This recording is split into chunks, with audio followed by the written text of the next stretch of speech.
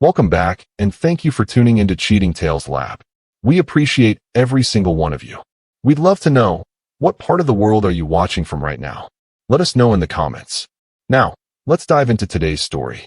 Chapter 1, Foundations. Desmond Nash stared at the ceiling of his modest home office, the blue light from his computer screen highlighting the sharp angles of his face. At 42, he'd built a reputation in the tech industry as a brilliant strategist who worked from the shadows. Unlike the flashy CEOs gracing magazine covers, Desmond preferred to operate behind the scenes, turning failing companies into gold mines through innovative restructuring. His phone buzzed with an incoming call. "Nash," he answered tersely. "Desmond, it's Theo. We've got a situation with the Pinnacle deal." Theodore Hoffman had been Desmond's closest confidant since college, when they'd started their first tech company from a garage in Seattle. While Desmond had the vision, Theo understood people, making them a formidable team. "What kind of situation?" Desmond asked, instantly alert. "Someone's trying to sabotage our bid. We've lost access to the financial records we needed. Without them, we can't verify Pinnacle's assets." Desmond pinched the bridge of his nose. The Pinnacle technology acquisition had been months in the making, a deal that would finally cement Desmond's reputation and bring him the recognition he deserved. "I'll handle it." As he hung up, the bedroom door opened. Valerie Nash entered, her blonde hair perfectly styled despite the late hour. At 38, she was the marketing director at Horizon Industries, a rising tech firm that competed with many of Desmond's clients. "Working late again?" she asked, barely concealing her disapproval. "The Pinnacle deal is in trouble." Valerie sighed dramatically. "You and your deals. We haven't had dinner together in weeks." "This is important, Val. So is our marriage." Their relationship had grown increasingly strained over the past year. When they'd met 6 years ago, Valerie had been impressed by Desmond's ambition and intellect.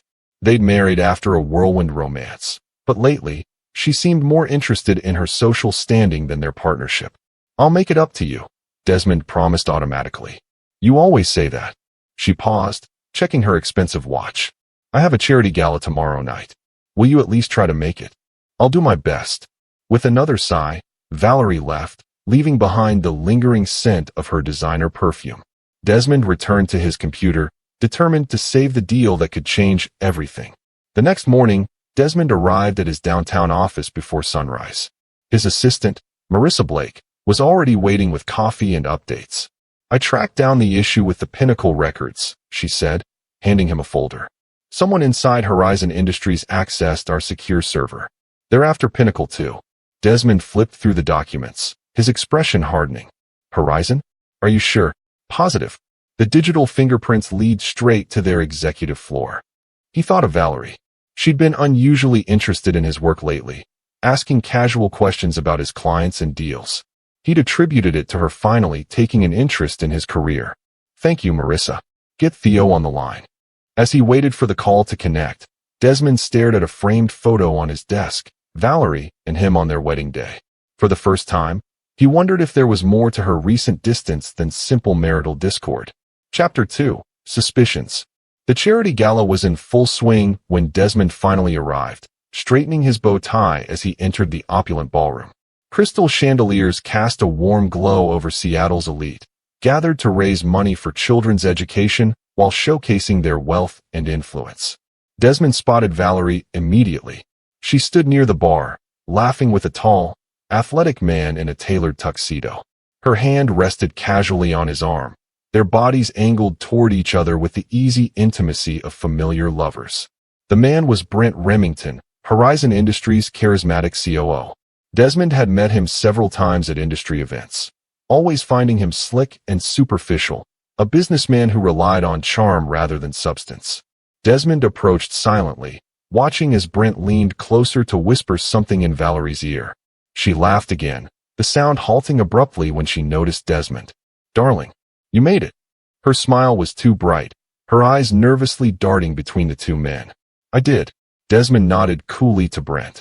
"Remington." "Nash." Brent offered his hand, his smile never reaching his eyes. "Good to see you.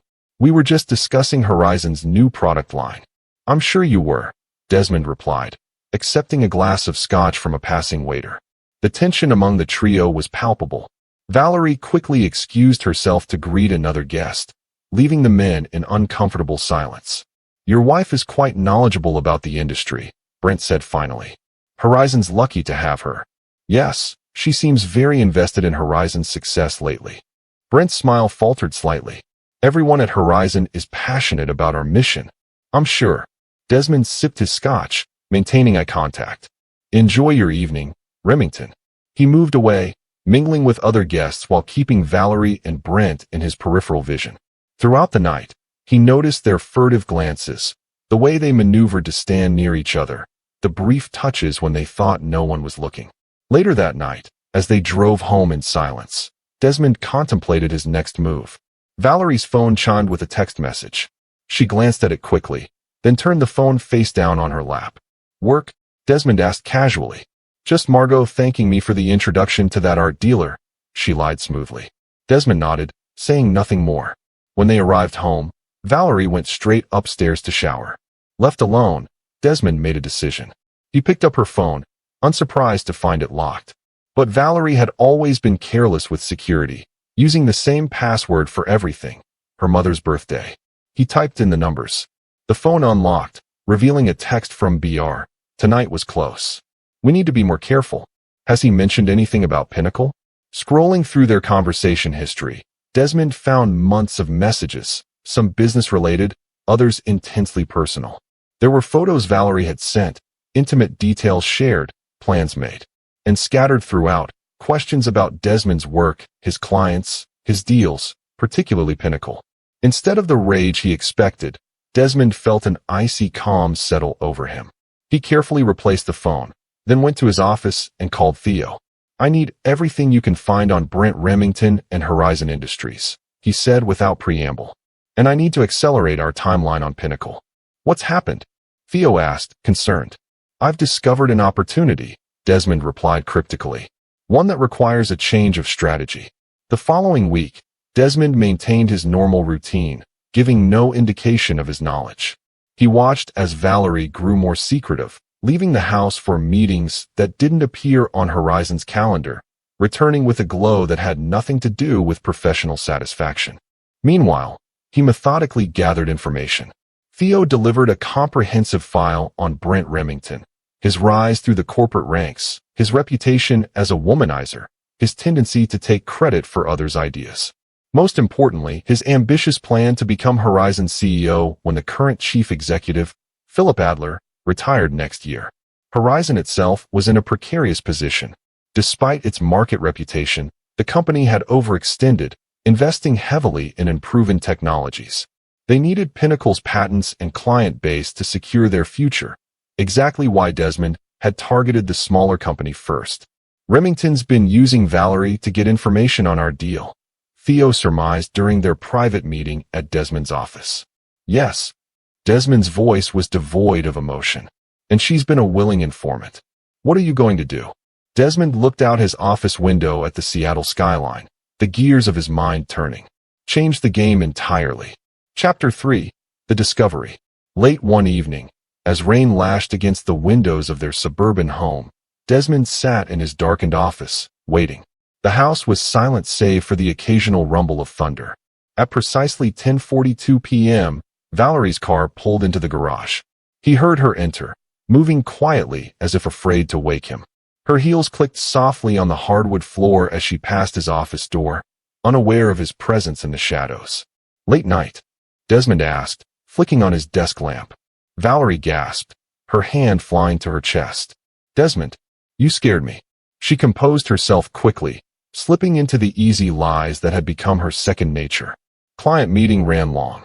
You know how it is during campaign season. I do know how it is. He gestured to the chair opposite his desk. Sit down, Valerie. Something in his tone made her hesitate. Can't this wait until morning? I'm exhausted. I'm sure you are. Hotel rooms aren't known for their comfort. Her face paled. What are you talking about? The Fremont Hotel, room 842. You've been there for the past 3 hours with Brent Remington. Desmond's voice remained eerily calm. The same room you've booked every Thursday for the past 6 months. Valerie's expression shifted from shock to defiance. You've been spying on me? Gathering information. Something you're familiar with. He opened a folder on his desk. Let's see. You've asked about Pinnacle Technologies, Chromesoft security protocols, Rivateca's expansion plans. All clients of mine. All targets of Horizon's. Quite the corporate spy. It wasn't like that, she protested weakly. Then what was it like, Valerie? Explain to me how sleeping with Remington and stealing my confidential information is anything but betrayal. Her eyes narrowed, abandoning the pretense. You were never there, Desmond. Always working, always with your precious deals. Brent appreciates me. Brent appreciates what you can give him, access to my work and a willing body in his bed. How dare you? She stood abruptly. I've built my own career, my own reputation. By trading on mine. Desmond's voice remained level. Did you think I wouldn't notice? That I'd be too absorbed in my work to see what was happening right in front of me? What does it matter? Valerie shot back. Your work has always meant more to you than I have. Perhaps you're right. Desmond closed the folder. Pack your things. I want you out of this house by morning. You can't be serious. Deadly serious. The divorce papers will be drawn up tomorrow. Valerie's face contorted with fury. You'll regret this, Desmond. You have no idea what's coming. On the contrary, he replied, his eyes cold. I know exactly what's coming. But you don't. After she stormed out, Desmond called Theo again. It's time, he said simply. Are you sure? Theo asked. Once we start this, there's no going back. I'm sure. Initiate Project Eclipse. The following day, Desmond met with his attorney, Leanne Porter, a sharp-witted litigator known for her ruthless efficiency in divorce cases. She's been sharing your confidential information? Leanne asked, taking notes. That violates her non-disclosure agreement with your firm. Yes, but I don't want to expose the corporate espionage yet, Desmond explained. I have a different approach in mind, which is, I want to keep the divorce proceedings quiet for now. Create the papers, but don't file them immediately. And I need information on Horizon Industries' corporate structure, particularly their board of directors. Leanne raised an eyebrow. You're planning something bigger than a divorce. Much bigger, Desmond confirmed. Valerie and Remington think they've been clever, using our marriage to gain competitive advantages. They're about to learn what happens when you underestimate the wrong person. That evening, Desmond received a call from Philip Adler, Horizon CEO. The older man had once been Desmond's mentor before their professional paths diverged. Desmond, it's been too long. Adler's gravelly voice came through the speaker. I hear you've been asking questions about my company. Just doing my due diligence, Philip. Due diligence for what, exactly? Desmond hesitated, then decided to be partially honest. I believe there's a significant security breach at Horizon. Information is being leaked. There was a long pause on the line. Is this about Valerie? You know, I've had my suspicions about Remington for some time. He's ambitious, not always ethical. If he's involving your wife in something improper, I want to know. It's complicated, Philip. I'd rather discuss it in person. My house, tomorrow night. Come alone. After hanging up, Desmond smiled for the first time in days. The pieces were falling into place faster than he'd anticipated.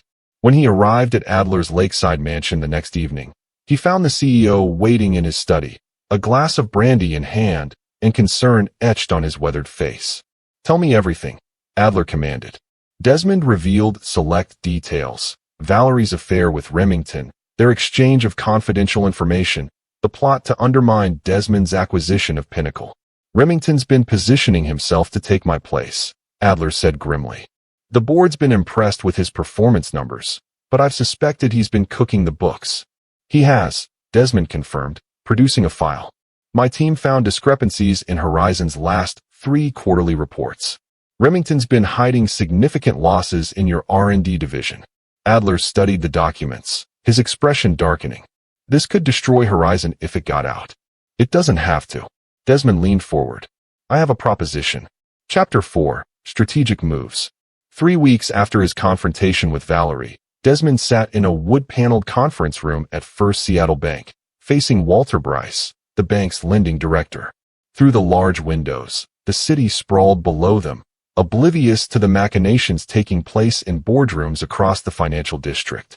You want to secure a line of credit large enough to purchase controlling interest in Horizon Industries? Walter clarified, adjusting his glasses. That's ambitious, even for you, Desmond. Ambitious but calculated. Desmond slid a portfolio across the polished table. My analysis of Horizon's vulnerabilities, their true financial position, and my strategy for restructuring. Walter flipped through the documents, his eyebrows rising. You've been thorough. I always am. May I ask why Horizon? There are more profitable acquisition targets. Desmond maintained his professional demeanor. Horizon has valuable patents and market position. With the right leadership, it could be transformed. He didn't mention his personal vendetta. Walter didn't need to know that Valerie had moved in with Remington, or that they'd been spreading rumors about Desmond's failing business to mutual acquaintances. The board will need assurances, Walter said finally. This is a significant risk. Arrange a meeting. I'll provide all the assurances they need. Meanwhile, Theo was executing another part of their plan. As Desmond's right-hand man, he'd arranged a meeting with several key shareholders of Horizon Industries, ostensibly to discuss potential partnerships. In a private dining room at an exclusive restaurant, Theo presented carefully selected information about Horizon's financial irregularities to Preston Mills, who owned 8% of Horizon's stock. These numbers don't match what's been reported to shareholders, Preston observed, his brow furrowed. No, they don't, Theo agreed solemnly. My client believes the current COO has been manipulating financial data to enhance his position. Remington. Preston shook his head. I've never trusted that slick bastard. Adler's been grooming him as a successor, but many of us have reservations. My client might be interested in offering a better alternative. And who is your client? Theo smiled mysteriously. Someone with the vision to restore Horizon's integrity and market position. Someone willing to offer above market value for your shares. Similar conversations were happening with other significant shareholders. By the end of the week, Desmond had secured tentative agreements to purchase nearly 20% of Horizon's stock. Not enough for control, but a substantial foothold. The next phase required more direct action. Desmond arranged a private meeting with Philip Adler at the CEO's home again, away from corporate eyes and ears. The board is growing concerned about these rumors regarding financial impropriety, Adler reported, pouring them both scotch. Remington is on the defensive. Good. Desmond accepted the drink. Have you considered my proposal? Adler gazed out at the lake, contemplating. You want me to announce my early retirement, nominate you as my replacement, and use my voting bloc to support your bid for CEO. In exchange for significant compensation and protection from any fallout when Remington's deception is revealed, Desmond confirmed. What about Valerie? She's your wife, works for my company. This creates complications. Soon-to-be ex-wife, Desmond corrected. And her future at Horizon isn't my concern. Adler studied him thoughtfully. This is personal for you. Business and personal interests sometimes align. Remington won't go down without a fight. I'm counting on it. As Desmond implemented his strategy, Valerie and Remington remained unaware of the trap closing around them. They were focused on their own plan, securing Pinnacle Technologies before Desmond could complete his acquisition. What they didn't know was that Desmond had already changed tactics. He'd deliberately leaked misinformation about his Pinnacle deal, creating the illusion that it was moving forward while secretly putting it on hold. 1 month into his plan, Desmond received an unexpected call from Marissa, his assistant. Your wife is here to see you, she said cautiously. Ex-wife, he corrected. Send her in. Valerie entered his office with the confidence of someone who believed they held the upper hand. She dressed carefully in an expensive suit, her wedding ring conspicuously absent. Desmond. She took a seat without being invited. You've been busy. As have you. Congratulations on the Pinnacle account. Quite a coup for Horizon. She couldn't hide her surprise at his nonchalance. You're not upset? Why would I be? Business is competitive. Valerie studied him suspiciously. That's not the reaction I expected. What did you expect? Anger? Bitterness? Those are unproductive emotions. I thought you loved Pinnacle. It was your golden opportunity. Desmond smiled thinly. There are always other opportunities. Like what? That would be telling. He leaned back in his chair. What brings you here, Valerie? Surely not concern for my business prospects. She shifted slightly, revealing her discomfort. The divorce papers. Your terms are unacceptable. They're non-negotiable. Brent thinks. I don't care what Remington thinks. Desmond cut her off coldly. This is between us. You betrayed our marriage and stole confidential information. You're lucky I haven't pursued criminal charges. You wouldn't dare. It would damage your reputation too. Are you willing to bet your future on that assumption? Their eyes locked in silent challenge. Finally, Valerie looked away. I want the beach house, she said. No. Half your investment portfolio. The prenuptial agreement is clear. You get what you brought into the marriage, plus the settlement outlined in my offer. It's not enough. It's more than you deserve. Valerie stood abruptly. This isn't over, Desmond. On that point, we agree. After she left, Desmond called Theo. She's suspicious. We need to accelerate the timeline. The bank approved your credit line this morning, Theo reported. And Adler's announcement is scheduled for next week. Good. It's time for the next phase. Chapter 5, Counterattack. The news broke on a Monday morning. Philip Adler, longtime CEO of Horizon Industries, announced his intention to retire at the end of the quarter. The company's stock immediately dropped 7 points as investors reacted to the uncertainty. In his corner office at Horizon, Brent Remington watched the financial channels with growing excitement. He'd been positioning himself for this moment, carefully cultivating relationships with board members, showcasing his division's apparent success. With Adler stepping down, the path to so seemed clear. His phone rang. Valerie calling from her office down the hall. Did you know this was coming? She asked without preamble. I had hints, Remington replied smugly. Adler's been having health issues. The board will announce a succession plan by the end of the week. And you're the obvious choice. Of course. My division's performance speaks for itself. What Remington didn't know was that earlier that morning, Preston Mills and 3 other major shareholders had met privately with Philip Adler.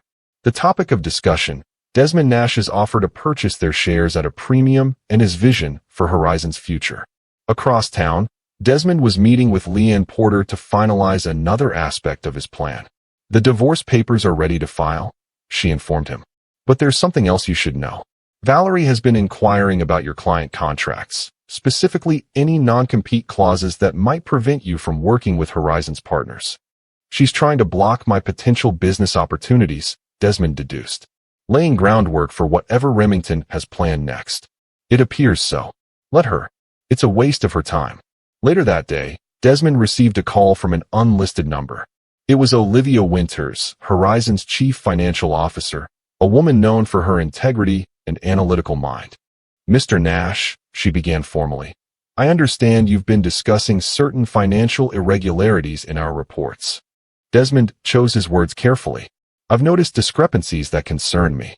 I've had similar concerns for months, but my inquiries have been consistently blocked by Mr. Remington. Her voice lowered. I believe he's been manipulating data from his division to enhance his position for the CEO role. That's a serious accusation, Ms. Winters. One I'm prepared to substantiate. I've been keeping separate records. She paused. I understand you're meeting with our board tomorrow. News travels fast. In corporate circles, always. I'd like to meet with you beforehand. They arranged to meet at a quiet cafe away from both their offices.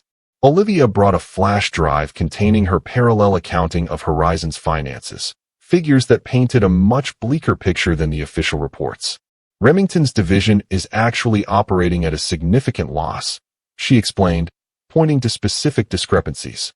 He's been shifting costs to other departments and inflating revenue projections. Why are you showing me this? Desmond asked, though he already suspected the answer. Because Adler mentioned you as a potential successor. Because I care about this company. And because Remington threatened to have me removed when I raised concerns. Does Valerie Nash know about this? Olivia's expression tightened. She's been helping him conceal the true numbers from the marketing perspective, reframing negative results as investment in future growth. This confirmed what Desmond had already discovered. His plan was proceeding perfectly, pieces falling into place as if by design rather than careful orchestration.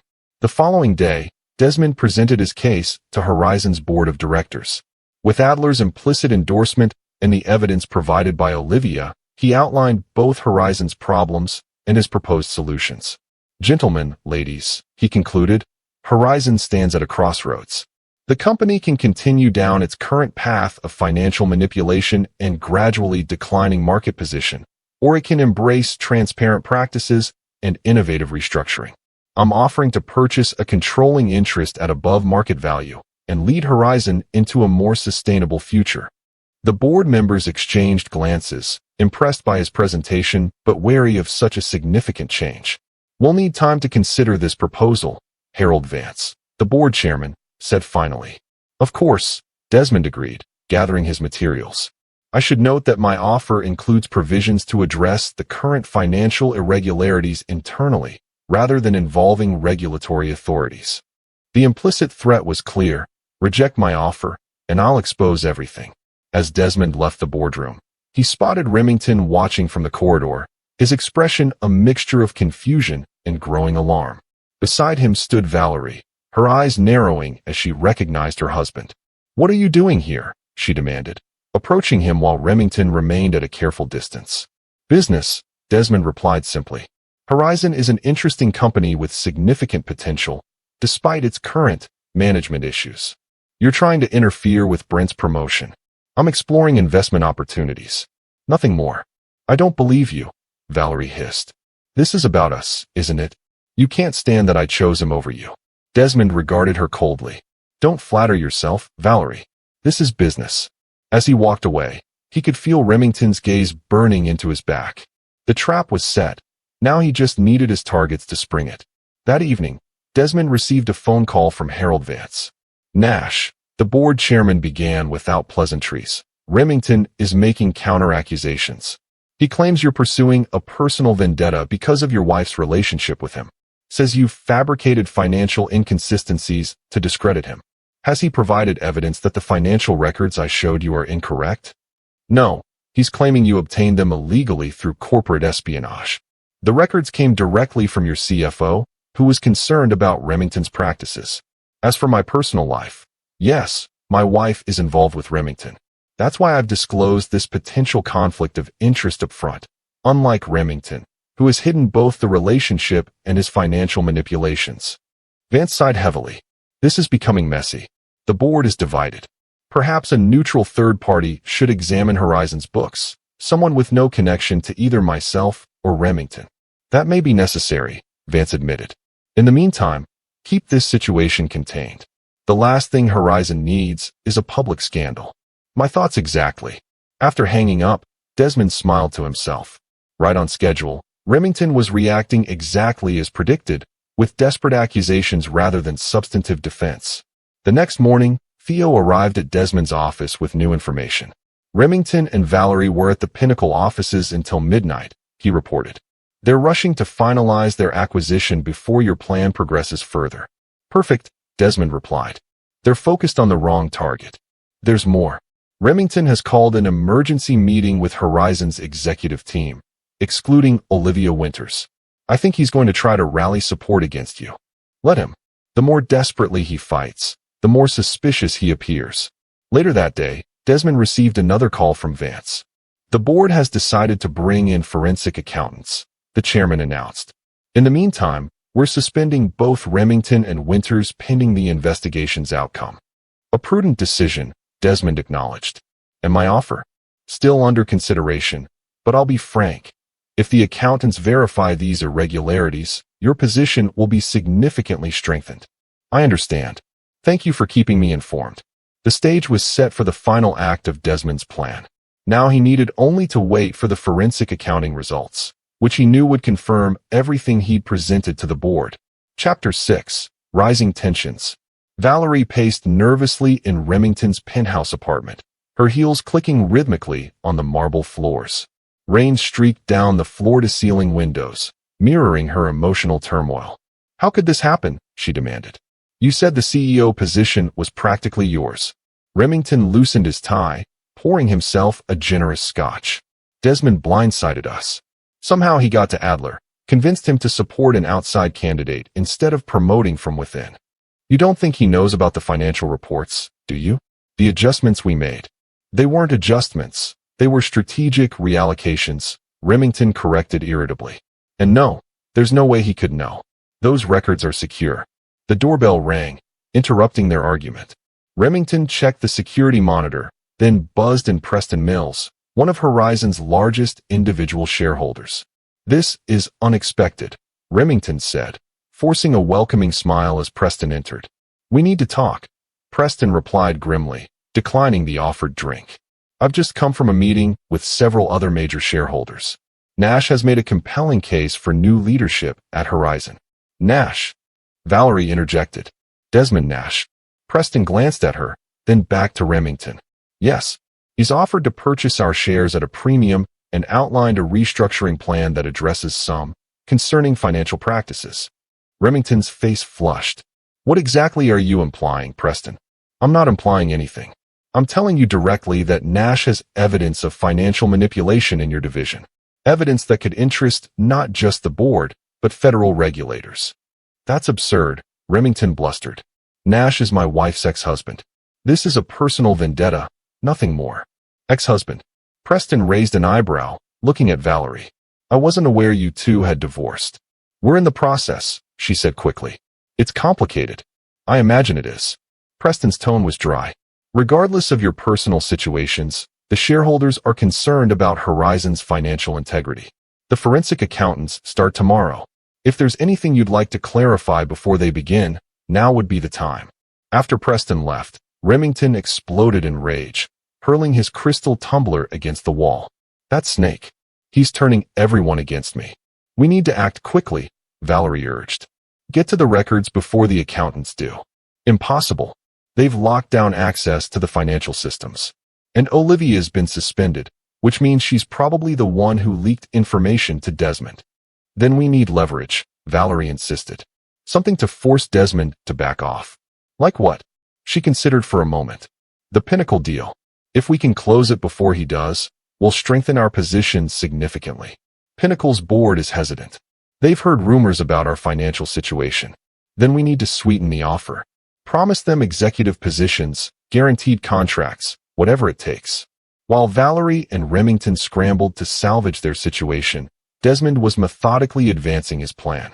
The forensic accountants had begun their work, and preliminary findings already confirmed the irregularities he'd identified. At his downtown office, Desmond reviewed the latest shareholder agreements with Theo and Leanne. He now controlled or had commitments for 37% of Horizon stock. Not quite a majority, but enough to exert significant influence. Vance called, Theo reported. The board meeting has been scheduled for Friday. They'll present the accountant's findings and vote on your proposal. And Remington? Desperate. He's been calling board members nonstop, making all sorts of promises and accusations. What about Valerie? Focused on Pinnacle. She's scheduled meetings with their executive team for tomorrow. Desmond nodded thoughtfully. She always did think too small. Pinnacle is a distraction, not the main prize.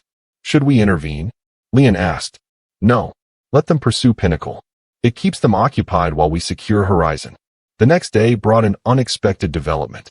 Desmond received a call from Walter Bryce at First Seattle Bank. Someone's been inquiring about your loan application, the banker informed him, asking specifically about collateral and terms. Did you provide any information? Of course not. Banking confidentiality is sacred. But I thought you should know. It was Brent Remington making the inquiries. Interesting. He's looking for financial leverage. There's more, Walter continued. He implied that you might be using insider information obtained through your wife to manipulate Horizon's stock price. Ex-wife, Desmond corrected automatically. And that's rich, coming from him. I assumed it was baseless, but felt you should be aware. Thank you, Walter.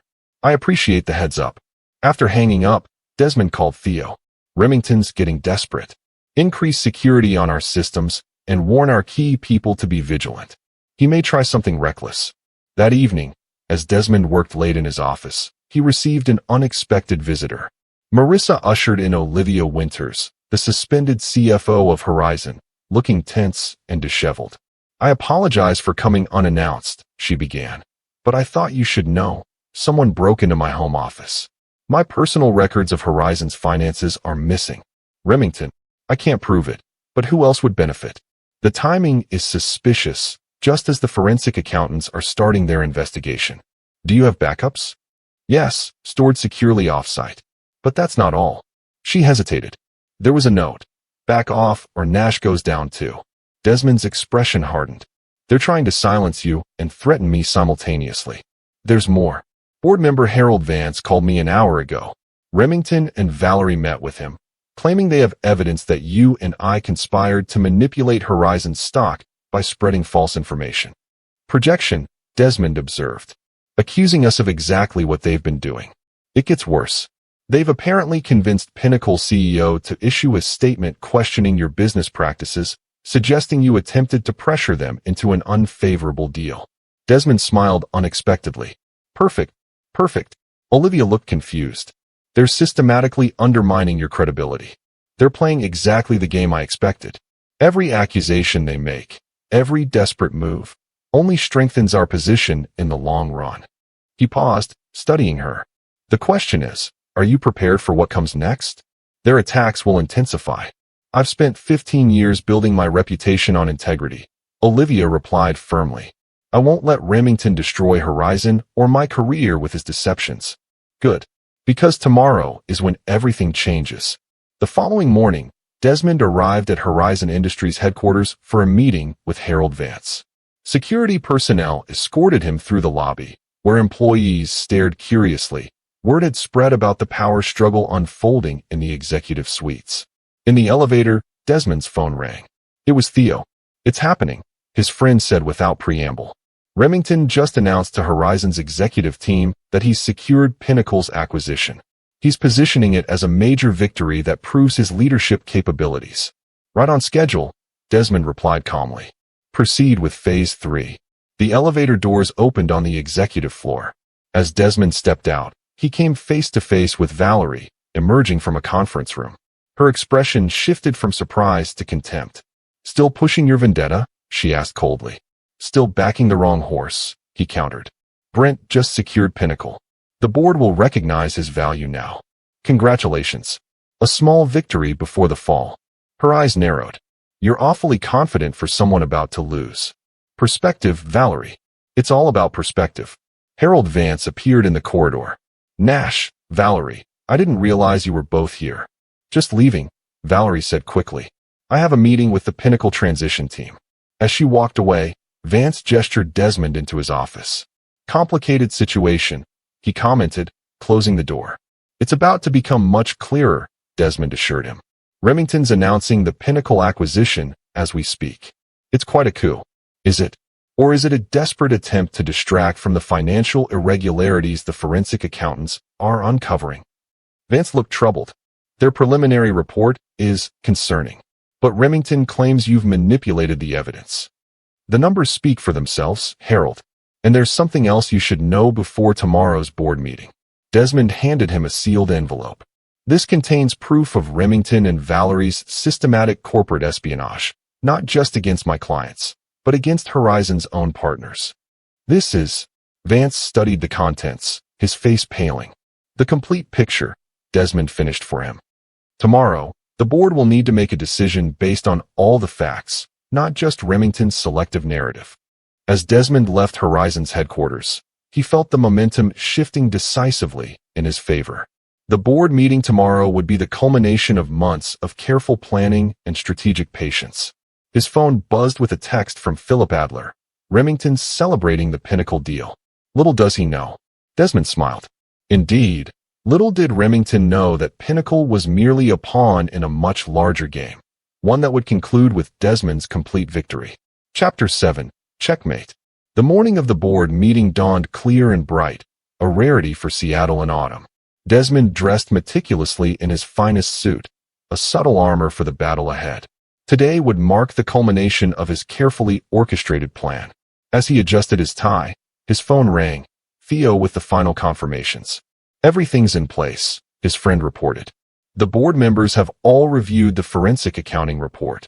Olivia's evidence has been verified by independent experts.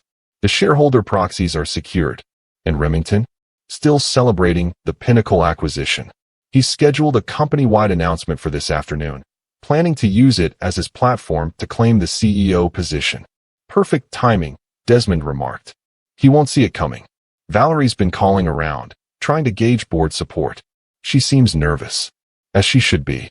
Desmond arrived at Horizon's headquarters early, meeting briefly with Harold Vance before the official board meeting began.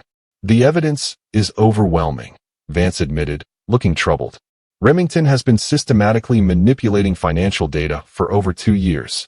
The Pinnacle acquisition, while legitimate, was secured through questionable promises and potential misrepresentations. And the board's position? Divided until yesterday. Now, with the full forensic report and the additional evidence you provided about the corporate espionage, the majority appears to favor your proposal. The boardroom filled gradually with Horizon's directors, 12 men and women who would determine the company's future. Philip Adler arrived last, nodding subtly to Desmond before taking his seat. At precisely 9 a.m., Vance called the meeting to order. Ladies and gentlemen, we face an unprecedented situation. The forensic accounting report has confirmed significant financial irregularities within Horizon, particularly in divisions under Mr. Remington's control. Murmurs filled the room as Vance distributed copies of the report. Additionally, we have evidence of corporate espionage involving Mr. Remington and our marketing director, Valerie Nash, targeting both competitors and partners. This is outrageous, Remington protested, rising from his seat at the far end of the table. These accusations are part of a personal vendetta by Desmond Nash, whose wife chose me over him. The evidence speaks for itself, Vance replied firmly. Multiple independent experts have verified these findings. What about Pinnacle? Remington countered. I just secured the most significant acquisition in Horizon's recent history.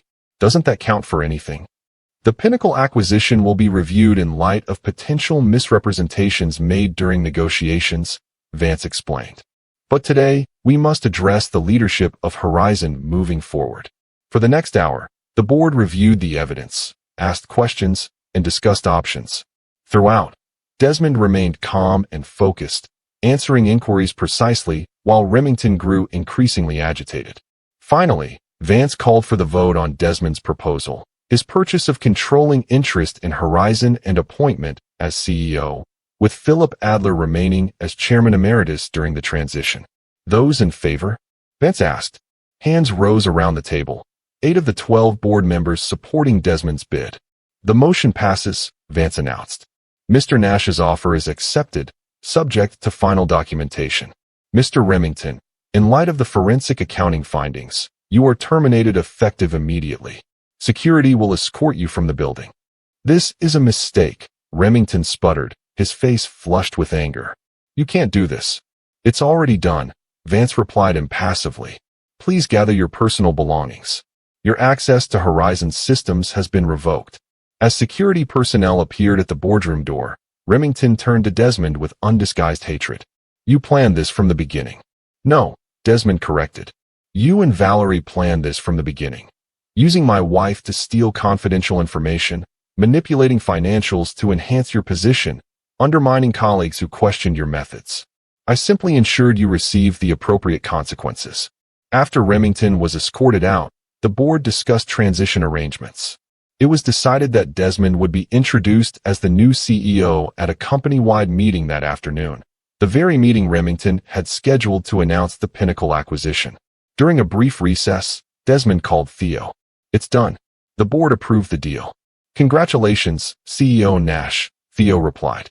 Want me to inform Valerie? No. I'll handle that personally. Valerie was in her office, unaware of the board's decision, when her assistant announced that the new CEO wished to see her. Expecting Remington, she quickly checked her appearance in a compact mirror before calling. Send him in. Her smile froze when Desmond walked through the door. What are you doing here? She demanded. Where's Brent? Mr. Remington has been terminated, Desmond informed her coolly. The board has accepted my offer to purchase controlling interest in Horizon. I'm the new CEO, effective immediately. Valerie stared at him in stunned disbelief. That's impossible. It's done. The forensic accountants confirmed everything. The financial manipulation, the corporate espionage, all of it. You can't prove I was involved, she said quickly. Can't I? Desmond placed a folder on her desk. Emails, text messages, recordings of conversations with Horizon's partners where you solicited confidential information. Your fingerprints are all over this, Valerie.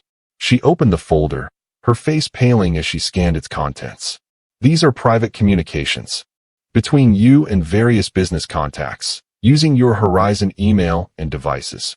Company property, not protected by any privacy expectations. What do you want? She asked finally, her voice barely audible. Your resignation, effective immediately. And if I refuse? Then I'll fire you publicly at the company meeting this afternoon, detailing exactly why you're being terminated.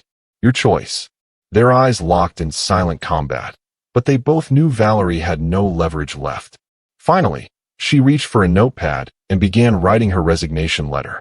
"You've been planning this all along," she said bitterly. "This whole time, while we thought you were after Pinnacle. You never understood what truly mattered," Desmond replied. "You and Remington were so focused on the immediate prize that you couldn't see the larger game. And now you've won. Now justice has been served." At 3 o'clock that afternoon, Horizon's employees gathered in the company auditorium, buzzing with rumors about the board meeting and Remington's sudden departure from the building. Harold Vance took the stage first, addressing the assembled staff. "Today marks a significant transition for Horizon Industries. Following a thorough review of our financial practices and leadership structure, the board has unanimously approved new direction for our company." Murmurs rippled through the crowd as Vance continued. "It is my privilege to introduce Horizon's new Chief Executive Officer, Mr. Desmond Nash." Desmond walked onto the stage amid confused applause. Many employees recognized him as Valerie's husband, creating additional bewilderment. "Thank you, Harold," Desmond began, surveying the audience. He spotted Valerie at the back of the auditorium, her expression a mask of controlled fury. "My wife told me I couldn't come to her office party because I'd embarrass her," he said, his voice carrying clearly through the hall. "That night, I finalized the deal I'd been working on for months. The next morning, I showed up at her office with a security team." He paused, his eyes finding Valerie's in the crowd. "Everyone, meet your new CEO," announced Harold Vance from beside him. Desmond watched as Valerie dropped her coffee mug, the sound of shattering ceramic barely audible over the shocked gasps of the audience. "Honey, you're fired," he said calmly, his words echoing in the sudden silence. The auditorium erupted in whispers and exclamations as security personnel approached Valerie, ready to escort her from the building just as they had done with Remington earlier. "This is just the beginning," Desmond continued, addressing the stunned employees. "Horizon has tremendous potential that has been compromised by questionable leadership and financial practices. Together, we will restore this company's integrity and market position. Those who have been honest and hardworking have nothing to fear. Those who have participated in deception." He let the implication hang in the air.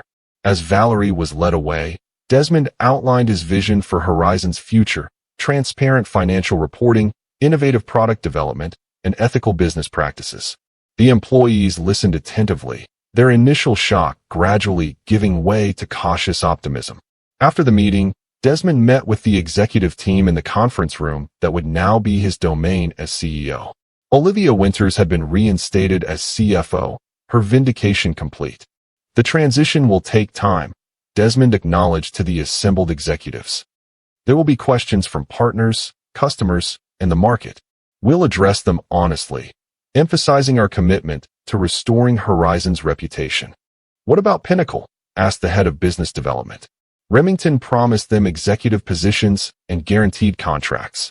Promises he had no authority to make, Desmond pointed out. "I'll meet with Pinnacle's leadership tomorrow to renegotiate terms that benefit both companies without compromising Horizon's interests." As the meeting concluded, Desmond stood at the window, looking out at the Seattle skyline. The first phase of his plan was complete. He had taken control of Horizon and removed Valerie and Remington from their positions of influence.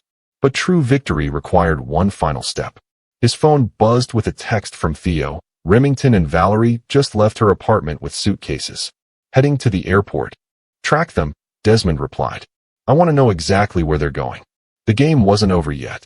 Chapter 8. Consequences. 1 month after assuming control of Horizon Industries, Desmond sat in his expansive corner office reviewing quarterly projections. The transition had been smoother than anticipated, with most employees rallying behind his leadership after the full extent of Remington's deception became public.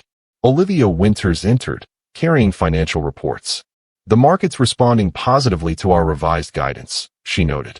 "Stocks up 12% since the announcement." "Transparency builds confidence," Desmond replied. "How's the Pinnacle integration progressing?" "On schedule. Their team appreciates our straightforward approach after Remington's grandiose promises." "Good. And the internal audit?" "Nearly complete. We've identified most of the financial irregularities and implemented corrections. After Olivia left, Desmond turned to the matter that had occupied his thoughts increasingly over the past weeks: Valerie and Remington's whereabouts. His investigators had tracked them to a luxury resort in Bali, where they apparently believed themselves beyond reach. Theo arrived for their scheduled meeting, bringing updates on personal rather than business matters.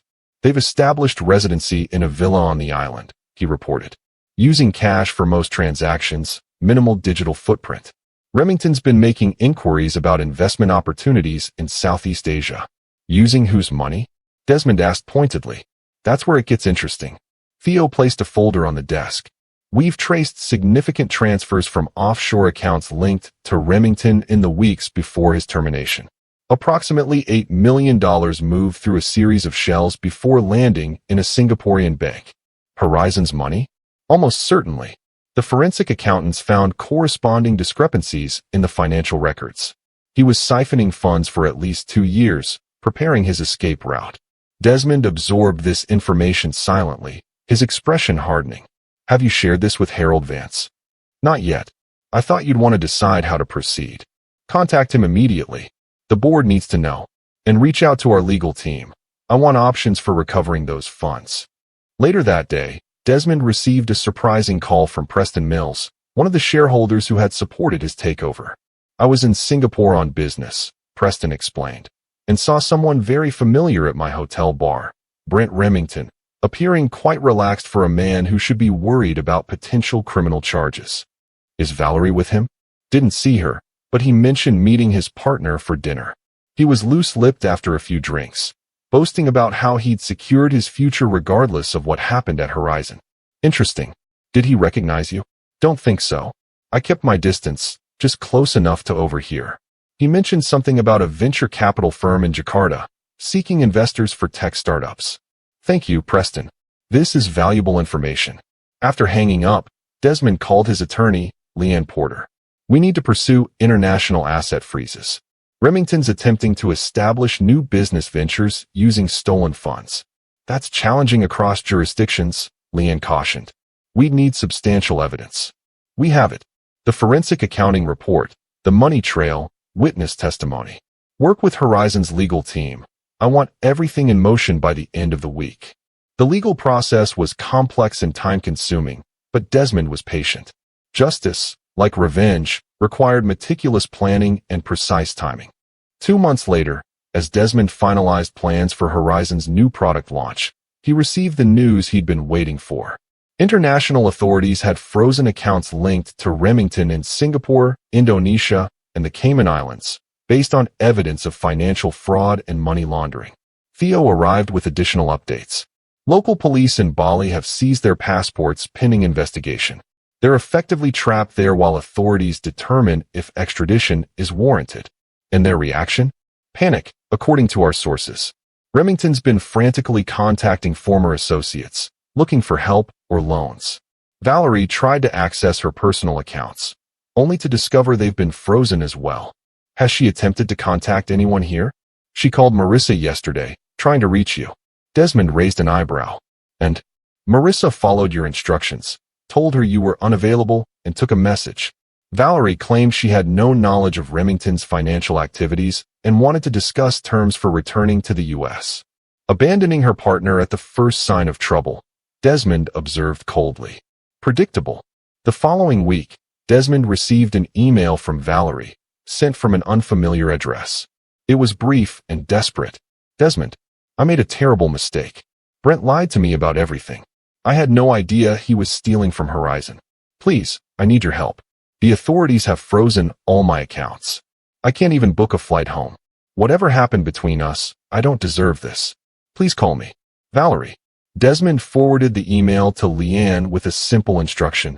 Document for the case file. No response necessary. His focus remained on Horizon's future, not Valerie's past betrayals. Under his leadership, the company was rapidly regaining market confidence and expanding into new territories. The Pinnacle acquisition, renegotiated on terms favorable to both companies, had strengthened Horizon's technology portfolio significantly. 3 months into his tenure as CEO, Desmond held a strategic planning session with his executive team in the same conference room where he had once confronted Valerie. "Our market position has improved 32%, Olivia reported proudly. "The transparency initiatives have restored investor confidence, and employee morale is at a 5-year high." "Excellent," Desmond nodded. "What about the legal proceedings?" Horizon's general counsel, Martin Reeves, consulted his notes. "International authorities have formally charged Remington with multiple counts of fraud, money laundering, and embezzlement. The evidence is overwhelming. He's facing potential extradition and significant prison time." "And Valerie?" "Complicated," Martin admitted. "While she clearly participated in corporate espionage, proving her knowledge of the financial fraud is more difficult. She's been charged with lesser offenses, currently negotiating with authorities." "Negotiating means providing evidence against Remington," Desmond surmised. "Precisely, turning on him to save herself." After the meeting, Desmond stood by his office window, watching the Seattle rain. His plan had succeeded beyond even his expectations. Horizon was thriving under his leadership. Remington faced ruin and imprisonment, and Valerie had lost everything: her career, her reputation, her relationship, her financial security. Theo joined him at the window. "Remington's attorney reached out this morning. He's offering to provide additional evidence about other co-conspirators in exchange for leniency." "Rats deserting the sinking ship," Desmond commented. "First Valerie betrays him. Now he's looking to implicate others." "That's not all. Valerie's been granted permission to return to the U.S. on condition that she testify against Remington. She arrives next week." Desmond's expression remained impassive. "Inform security. She's not to be allowed on Horizon premises under any circumstances." "Already done. And your divorce is final as of yesterday. Leanne had the papers delivered to your condo." "Good. That chapter is officially closed." Later that evening, as Desmond prepared to leave the office, his assistant Marissa appeared at his door. "There's a call for you on line 1. It's Valerie again, calling from Indonesia. She sounds desperate." Desmond considered for a moment, then nodded. "Put her through." He picked up the phone, hearing Valerie's voice for the first time in months. "Desmond? Thank God you answered. What do you want, Valerie?" "I'm coming back to Seattle next week. The authorities have cleared me to return if I cooperate with their investigation. I need somewhere to stay. All my assets are still frozen." "That's not my concern. Please, Desmond. I made a mistake. I never knew what Brent was really doing." "Didn't you?" His voice was cold. "You were perfectly willing to betray our marriage and steal confidential information for him. Why draw the line at financial fraud? That was different. I thought it was just business competition. I never imagined he was stealing money. Your moral distinctions are convenient, but unconvincing." "What do you want from me?" she asked, her voice breaking. "I've lost everything.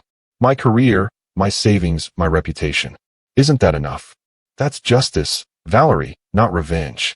You made choices. Now you face the consequences. So that's it. You won't help me at all." "I already have. I provided authorities with evidence that distinguishes between your actions and Remington's. That's why you're allowed to return while he faces extradition. Consider it my final act as your husband." After hanging up, Desmond gathered his things and left the office. His work here was complete. Not just the business transformation of Horizon, but the personal reckoning he had orchestrated for those who had betrayed him. Justice, like success, required not just intelligence but patience and precision. Desmond Nash had demonstrated all three, emerging victorious while his enemies faced the consequences of their own treachery. Chapter 9: New Horizons. 1 year after taking control of Horizon Industries, Desmond hosted the company's annual gala in the Grand Ballroom of Seattle's most prestigious hotel. The event celebrated not just Horizon's remarkable financial turnaround, but its emergence as an industry leader in ethical business practices. Dressed impeccably in a tailored tuxedo, Desmond moved through the crowd of employees, partners, and investors, accepting congratulations with modest acknowledgement. Under his leadership, Horizon stock had tripled in value. Its product line had expanded into groundbreaking territories, and its corporate culture had transformed from toxic competition to collaborative innovation.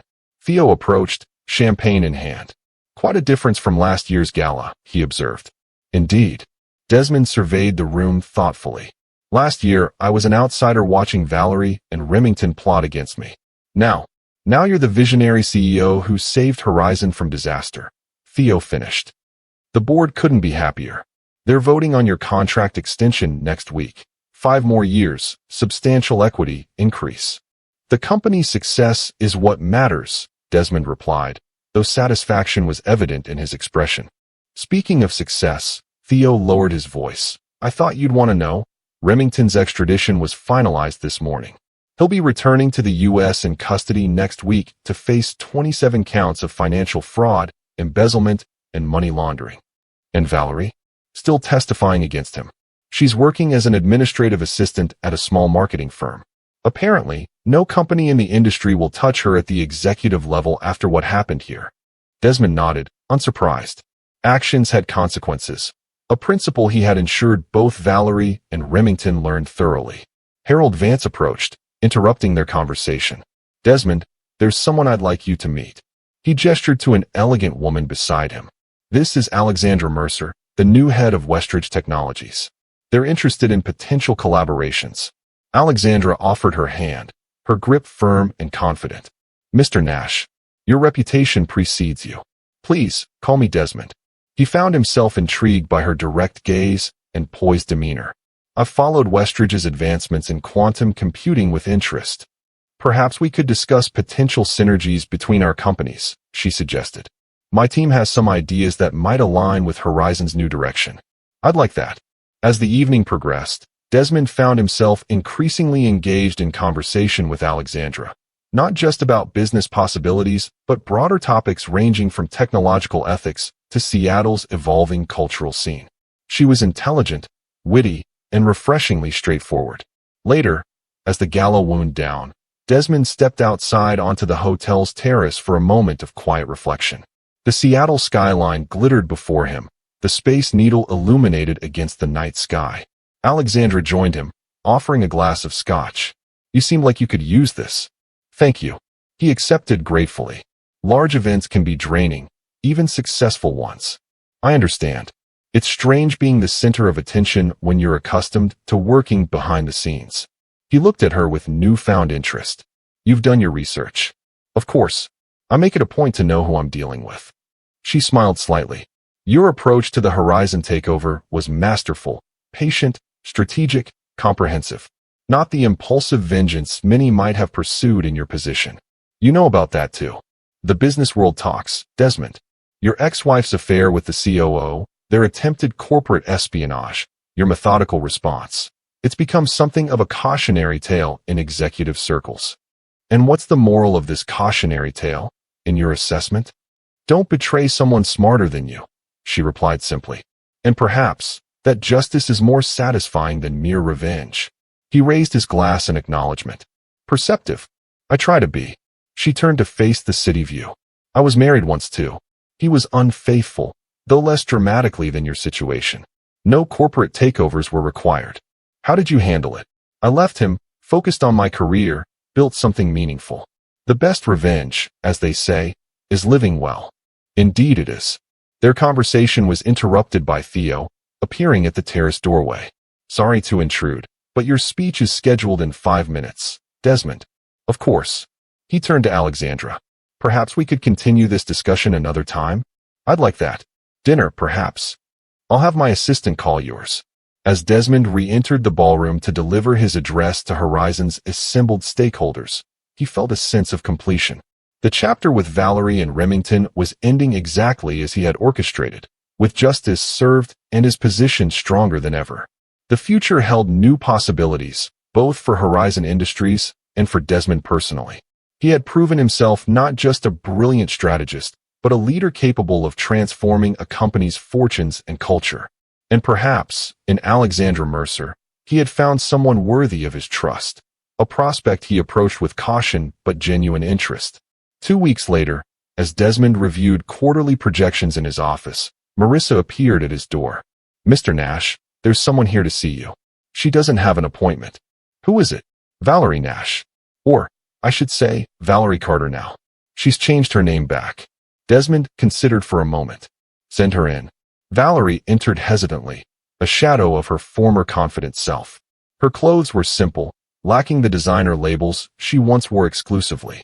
Her expression was guarded, uncertain. "Thank you for seeing me," she began, remaining standing even when Desmond gestured to a chair. "What brings you here, Valerie? Our divorce is final, and you're banned from Horizon premises." "I'm leaving Seattle," she said simply, "moving to Portland for a fresh start. Before I left, I wanted to say something to you face to face." "Go on." "You won. Completely. Brent is facing years in prison. My career is in ruins. My reputation is destroyed." She paused, swallowing hard. "I wanted to ask, is it enough? Will you ever forgive me?" Desmond studied her dispassionately. "Forgiveness isn't relevant, Valerie. You made choices. So did I. The outcome is the natural consequence of those choices. That's it. No emotion, no closure. What did you expect? That I'd be consumed by bitterness or gloating in triumph? I simply ensured that justice was served. Your betrayal taught me a valuable lesson about trust and revealed opportunities one might otherwise have missed." He gestured to the office around them. "Horizon is thriving under my leadership. My life has moved forward, while mine has been destroyed," she said bitterly. "Not destroyed. Reset. You're young, intelligent. Build something new, something honest this time." Valerie stared at him, struggling to reconcile this calm, detached man with the husband she had betrayed. "I never really knew you, did I?" "No. You saw what you wanted to see.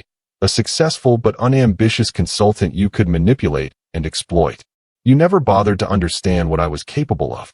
"Well, I understand now." She moved toward the door, then paused. "For what it's worth, I am sorry. I believe you are. Not for the betrayal itself, but for its consequences."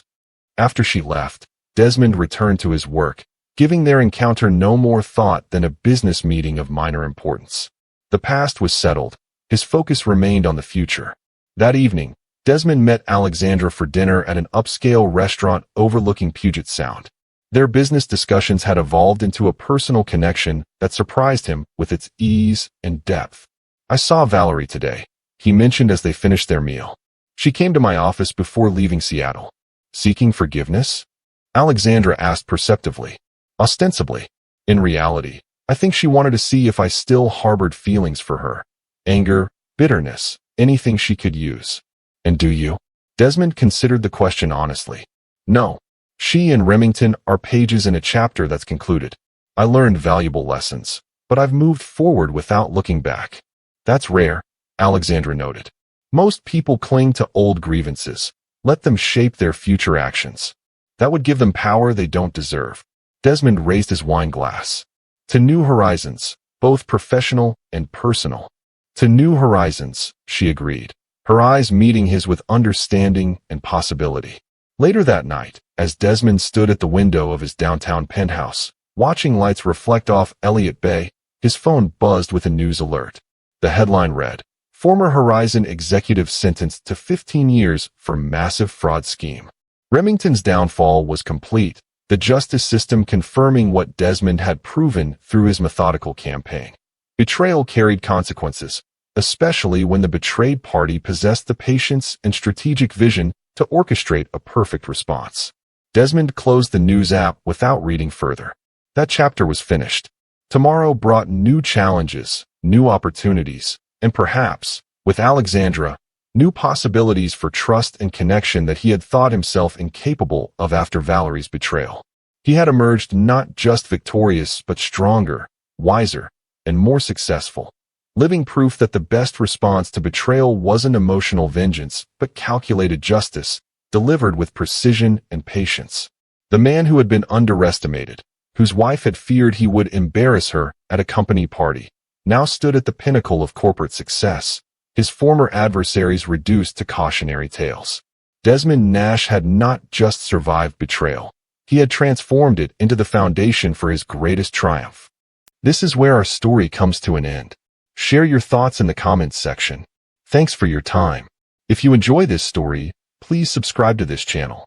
Click on the video you see on the screen, and I will see you there.